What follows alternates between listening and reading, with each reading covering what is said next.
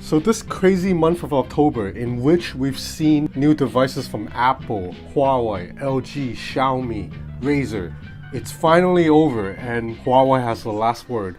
We have here the Honor Magic 2, and yes, it is a slider phone. Let's rewind a bit and look at the unboxing first.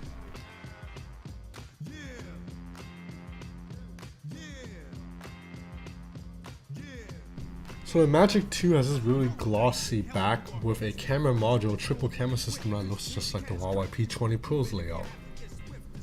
So right here you have some instructions and papers, a USB-C cable. This is a dongle because there is no headphone jack, and you have a 40-watt fast charging brick. So I'll go over the specs really quick. It runs on Kirin 980, so that's that same 7nm chipset powering the Huawei Mate 20 Pro. It's the most powerful Android chipset right now. It's better than the Qualcomm Snapdragon 845. So you have a 6.4-inch OLED display that gets plenty bright with very little color shifting, almost no color shifting to be honest. And there's an in-display fingerprint reader. So the Magic 2 has either 6 or 8 gigs of RAM, with either 128 or 256 gigs of internal storage, depending on which configuration you buy. But you guys are not that interested in that. You guys are mostly interested in this, the slider. And yes, it feels just as satisfying sliding up and down on this as the Xiaomi Mi Mix 3. There's a really nice tactile and audible click every time you slide the device open. And it's really amazing that Huawei managed to pack an in-display fingerprint reader into an OLED panel that's relatively thin. Although I believe this is thicker than the display panel on the Xiaomi Mi Mix 3. Unfortunately, I don't have the Mi Mix 3 on me right now, so I can't do a side-by-side comparison because the devices that Xiaomi let us test, that was a pre-production unit that they had to take back. So no YouTuber out there has the actual Mi Mix 3 yet. And there's a 3400 mAh battery inside this device. So I know that's a little bit smaller than the batteries on the Huawei Mate 20 series, but 3400 mAh is no slouch. It should still power this phone all day. So moving to the back, you have this really shiny, glossy back, almost like a mirror. So you have a 16 megapixel main shooter, a 24 megapixel monochrome sensor, and the third camera, it's a wide angle lens, just like on the Huawei Mate 20 Pro, just like on the LG phones. And you guys know me, I love wide angle lenses because it just allows you to get that much more into the scene. But now you move to the front and you see there's an earpiece right here, and you see there's actually 3 selfie cameras. So yes, technically the Honor Magic 2 has 6 cameras. That is crazy. That one-ups the 5 cameras of the LG V40. But now I gotta call Honor a little bit. I'm not sure why there's really a need for 3 cameras, because the main sensor, it's a 16 megapixel sensor and it works very well. Shutter speed is fast. Images come out pretty crisp. But the other 2 lenses, they are 2 megapixel lens, so I'm assuming they're depth sensors. Now I've asked Honor why we need 2 depth sensors along with a main selfie camera for selfies. Honor hasn't gotten back to me yet, but I'm pretty sure they'll say it has something to do with the 3D face portrait depth sensing. And to be honest, I'm not sure we need it. The Google Pixel 2, Google Pixel 3 has proven that you can take selfie bokeh shots with just one selfie camera. And even if you really need additional camera for depth sensing, I think a second camera is fine. I don't really know why you need 3 cameras. So to me, the 3 cameras on the front seems to be a little bit of a gimmick. But the triple camera setup on the back, it's definitely justified and very useful. So even though there is no dedicated telephoto lens, you still have a 2x digital zoom, and it looks pretty good. And then of course, obviously you have that wide angle lens that just allows you to get that much more into the frame. So now we'll look at some quick photo samples.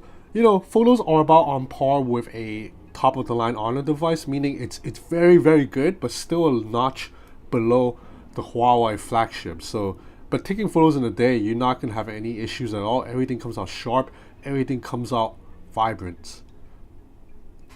So now you're looking at the 16 megapixel selfie camera. You know, selfies come out very sharp, very crisp. There is obviously that Huawei beautifying filter that smooths out my skin a little bit. It makes me look a little bit fake. I look a little bit more rough in real life than this. These are filters that you can apply. And then right here, you see, So this is why I don't know why we need 3 selfie cameras, because this portrait lighting shot still doesn't turn out that good. The iPhone 10 can do better without 3 selfie cameras. And one other thing, the wide angle lens on the Mate 20 Pro actually allows you to get really up close to a subject so you can take macro shots. Unfortunately, the Honor Magic 2 loses that ability, so when you go to wide angle lens, you can't really get that close. And you know, with a neural processing engine inside, this phone can recognize scenes and objects, and it's really fast. So in selfie mode, it knows when I'm taking a selfie inside a room or outdoors, and then when I'm using a main camera, it can tell the difference between plants, food, drinks, cats, and even like the type of building. Like you see right here, it can tell it's looking at like a pagoda looking building. So you jump into Honor's camera software. It's very similar to Huawei's camera app, except Honor gives you a little bit more these like fun features for young people. So you have this AR lens here, which allows you to put a little 3D figure onto the scene. You know, it's a little bit janky sometimes, but when it works, I think it's pretty funny, especially when I put stuff on top of the cat. So you can cycle through all the camera modes. You have your photo, portrait, aperture. I really like aperture shooting because it allows you to adjust the blur in real time. And then you go to more, and that's where you have a flood of options, including light painting, monochrome. So this camera still has a monochrome lens, so it should take really stunning black and white photos. And you have night mode, which is something that Huawei introduced, and then now all these other brands including OnePlus and Xiaomi have followed. It basically uses AI to allow you to take long exposure shots without needing a tripod. So let's check out a video sample. This is shot in 1080p, 30 frames per second. So the Honor Magic 2 has AI stabilization, and it works pretty well. So now let's look at 4K video recording. The Honor Magic 2 unfortunately cannot shoot at 4K 60, so 4K 30, it's the highest you can go. So you see stabilization takes a slight hit in 4K 30.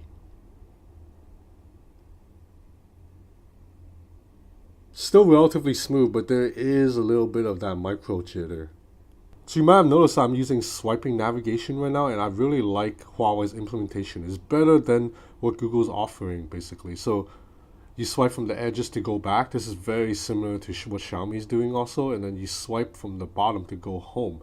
And then, of course, you swipe up and hold to bring up app overview. So, you know, since this phone has Kirin 980, I've seen absolutely no performance issue. Whether I'm playing graphically intensive game like Mortal Kombat or Breakneck, everything has been running fine. The GPU on this is super powerful, so all the graphics on this are on the highest setting. Okay, so let's do a video test. So you do have sound coming from the bottom speaker grill and the earpiece up top, but the sound coming from the earpiece right here is very faint. So that means if you cover the bottom grill, you almost muffle the sounds. So max volume.